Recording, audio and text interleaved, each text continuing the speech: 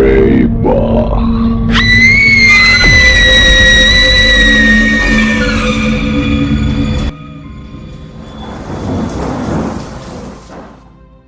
De acuerdo con una nota publicada el 7 de septiembre de 1972 en el periódico Capital, Rosarito Sánchez Sierra, que en aquel año contaba con apenas 8 años de edad, viajaba en la línea 1 del sistema del transporte colectivo, con dirección a la colonia Jardín Balbuena, donde su progenitora prestaba servicios como ayudante de cocina. Sin embargo, madre e hija no pudieron acudir juntas a su destino, ya que Rosarito se había extraviado al separarse de su madre durante los tumultos registrados cotidianamente en la estación Tacubaya del metro. Desde aquel día, la señora Rosario Sierra Martínez, madre de la pequeña, habría sufrido grandes pesares por el extravío de su pequeña hija. Familiares y amigos cercanos se dieron a la búsqueda de la niña en apoyo a las autoridades del Departamento del Distrito Federal, pero nunca imaginaron lo que estaba sucediendo. Un uniformado narraba con detalle una crónica que erizaría la piel a cualquiera. Descubrir qué había detrás de los casos reportados de cuerpos mutilados fue lo más difícil. Nunca nos imaginamos que se trataba de una niñita. Al principio todos pensamos que se trataba de perros, por el tipo de heridas presentadas sobre las 3 víctimas que se sumaron en total durante 2 semanas de terror. Si no nos hubieran referido 3 testigos que una niñita pequeña había matado al indígena, nunca habríamos creído tal historia. En una reconstrucción de los hechos que un perito anónimo escribiría para una edición posterior, se aseguraba que de 3 víctimas de Rosarito, solo 2 habían sido asesinadas. La víctima reportada por la policía judicial presentaba mutilación y desprendimiento total del tobillo izquierdo. De acuerdo con la declaración de la niña Rosario Sánchez Sierra, que con toda la tranquilidad narró a los uniformados, ella se quedó atrapada al interior del metro después de permanecer varias horas escondidas al interior de uno de los túneles. Ahí huyó tratando de evitar a la gente, a quienes creía culpables de que su madre la extraviara. Siendo bastante noche, encontró en el mismo túnel a un vagabundo, quien habiendo destapado una alcantarilla, se infiltró en las instalaciones del metro para pasar la noche.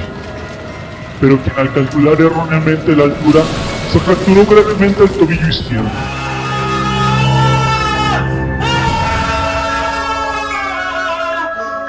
La víctima murió a consecuencia de sus heridas y de la falta de atención médica. Y al mirar que las ratas mordisqueaban la carne fresca, la niña extrajo el pie del vagabundo, que ya estaba escasamente unido al cuerpo debido a la fractura y a la intervención de los roedores.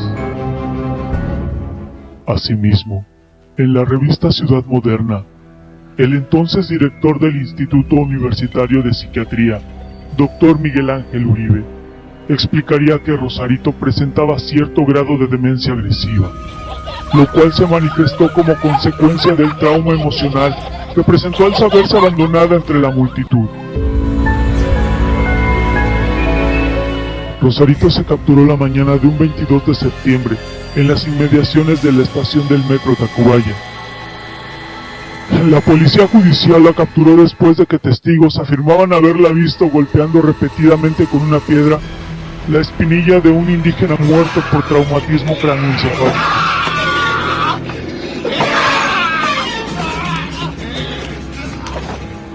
Debido a las condiciones particulares del caso, Rosarito no pisó la cárcel.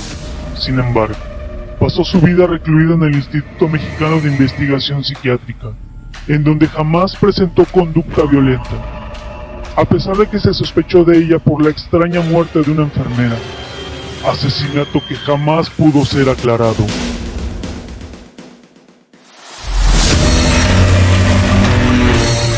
Rosarito fue continuamente visitada por su madre hasta el día de su muerte en el año de 1997. Rosarito vivió muchos años más y murió tranquilamente en su cama del hospital en 2010. El caso fue totalmente olvidado por la ciudad y por ello no generó ningún impacto mediático. La leyenda de la niña caníbal fue muy conocida por los usuarios del metro, quienes aseguran que siendo las últimas horas de servicio, cuando ya la gente es muy poca, se puede ver a una niña corriendo por los andenes de la estación.